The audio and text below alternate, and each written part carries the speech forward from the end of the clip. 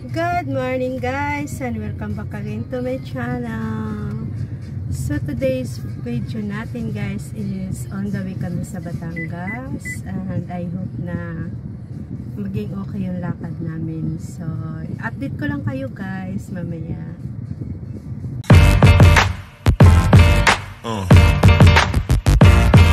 Yeah. Yeah.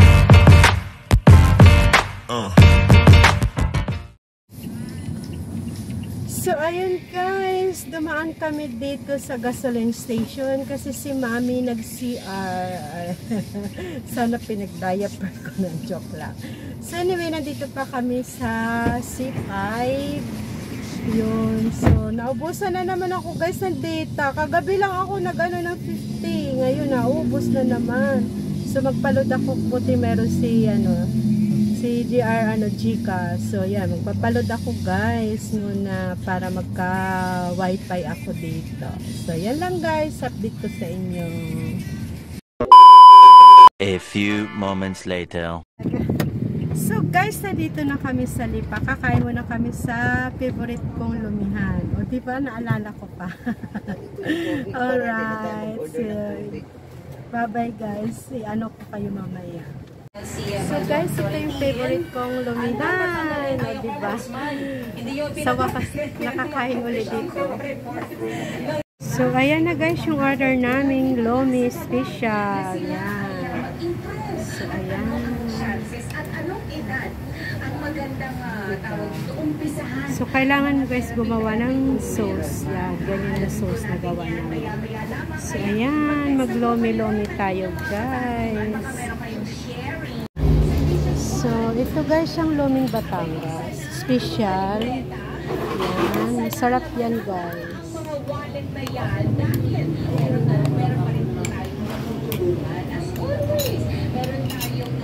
Asawa na mananawagan. Meron din tayong pamangkin na mananawagan. Hindi na okay namin. So, andito na tayo guys sa Padre Garcia.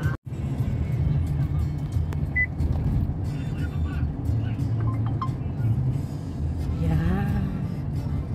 So, almost there na tayo guys.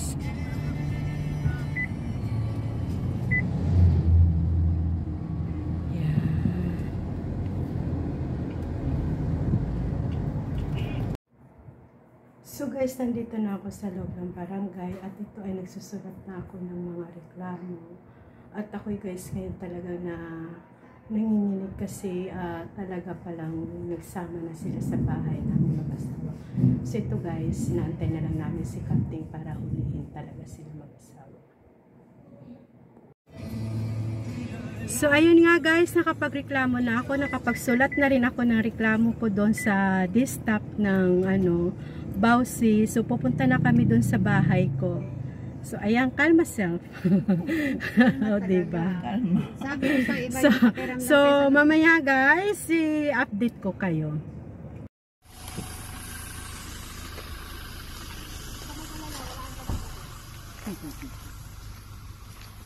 May pakala si Mami.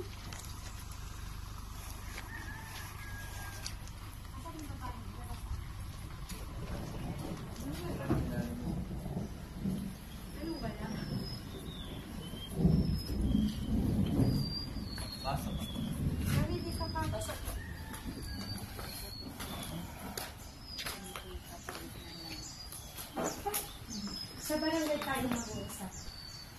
Hindi, sa barangay. Ba't ka nakasigaw agad? Sa barangay tayo. Ikaw ang sinisigaw. Barangay tayo. Hindi dito. Ayusin lang na. Ayusin sa barangay. Hindi dito. Kasi ako po, sabi ni Chris. Ang bahay. Oh, sige. Nakapalang mukha. Sino makapalang mukha? Pa? Sino makapalang mukha? Dahan-dahan ka sa pagsasalita na yun. Bakit ba? Dahan-dahan lang. Ayusin mo lang ang pagsasalita.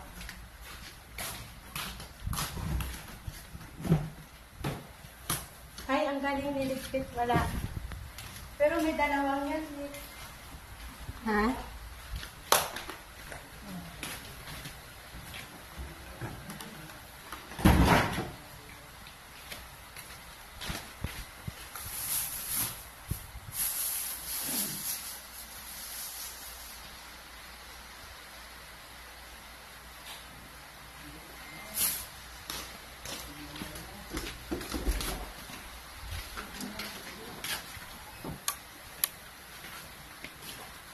Dalawang kwarto pa rin.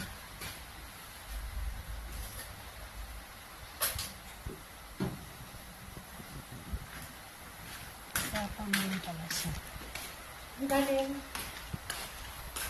Ang linis. Ano yung sasakyan yan? Kano yung sasakyan?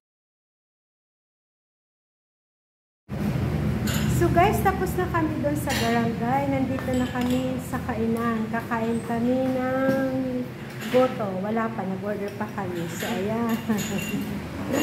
So ayan guys, mamaya pakita ko sa inyo yung order namin. So yan na guys, ang mga order namin. Ayan ang tinatawag na goto. Yan, baka laman loob. Ayan. Yan. So yan guys, ang kay GR. Pareho kami. Laman lang ng baka. Kay auntie naman, litid ng baka. Sinampalokan, di ba po? So, ayan guys, ang mga order namin. Ayan.